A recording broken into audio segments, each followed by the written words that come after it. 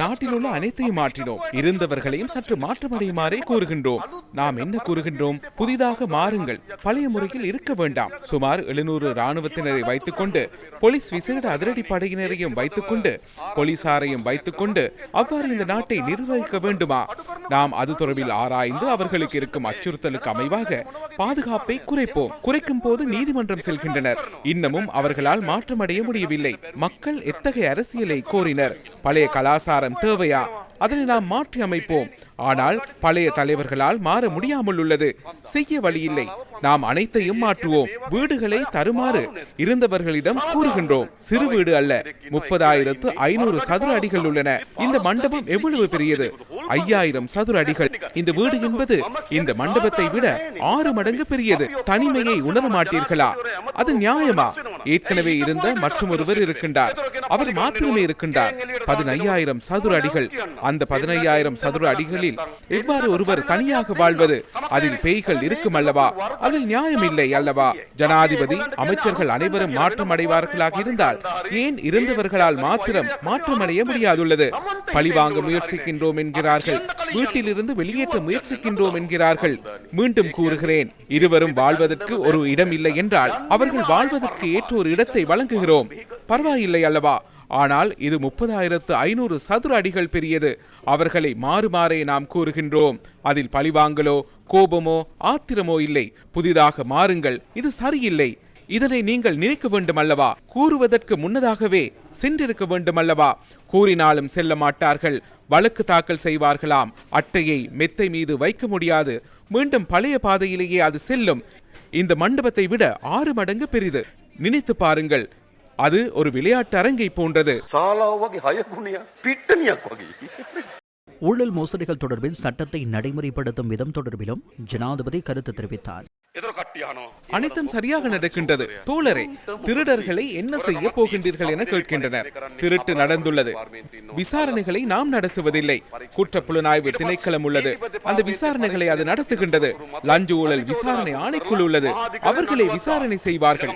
சட்டமாதிபர் திணைக்களம் விசாரணைக்கு அமைவாக குற்ற பத்திரிகைகளை தாக்கல் செய்து மேல் நீதிமன்றத்தில் வழக்கு தாக்கல் செய்ய வேண்டும். மேல் நீதிமன்றம் அந்த வழக்கை விசாரித்து சிறையில் அடைக்க வேண்டும். தற்போது விளக்கமறியலிலேயே வைக்கப்படுகின்றனர். விசாரணைகளுக்காக மாத்திரமே கைது செய்யப்படுகின்றனர். அவ்வாறு கைது செய்யப்படுகின்ற போது சில வேளைகளில் பிணை கிடைக்கலாம்.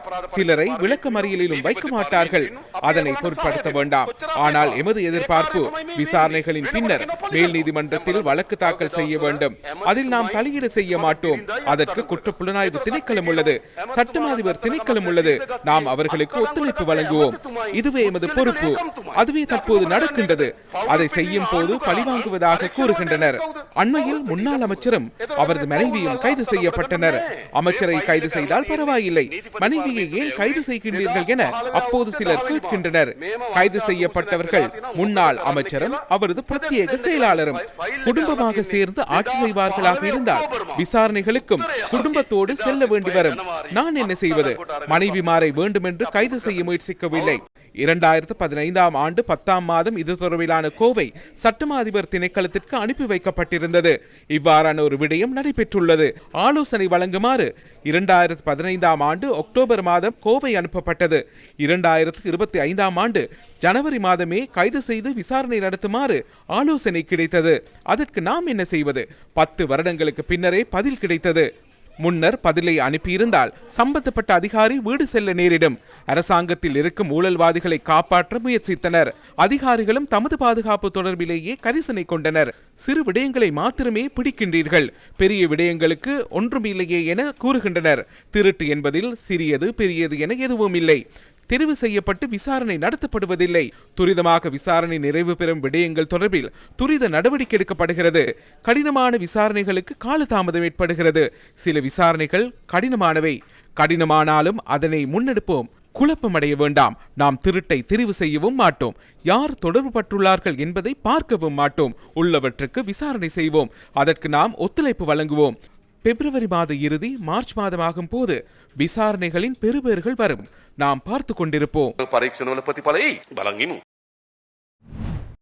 இதனிடையே அரசு ஊழியர்களுக்கான நியாயமான அடிப்படை சம்பள அதிகரிப்பு, ஓய்வூதியம் பெறுவோரின் சம்பள பிரச்சினையை 3 வருடங்களுக்குள் முடிவுக்கு கொண்டு வருவது தொடர்பான முன்மொழிவுகள் இம்முறை வரவு செலவு திட்டத்தில் முன்வைக்கப்படும் என ஜனாதிபதி அனுரகுமார் திசாநாயக்க தெரிவித்துள்ளார்.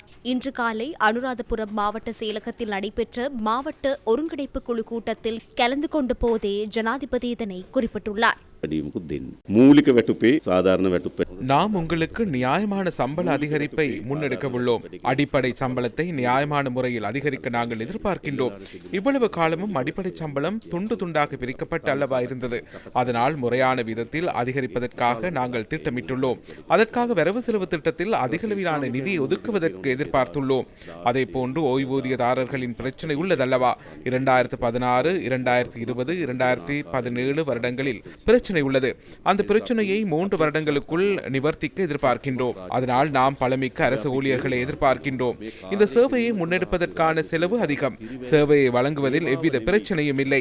இந்த சேவையை இன்னமும் பலப்படுத்த வேண்டும். ஆனால் சேவையை வழங்குவதற்கான செலவுகள் அதிகமாக உள்ளது.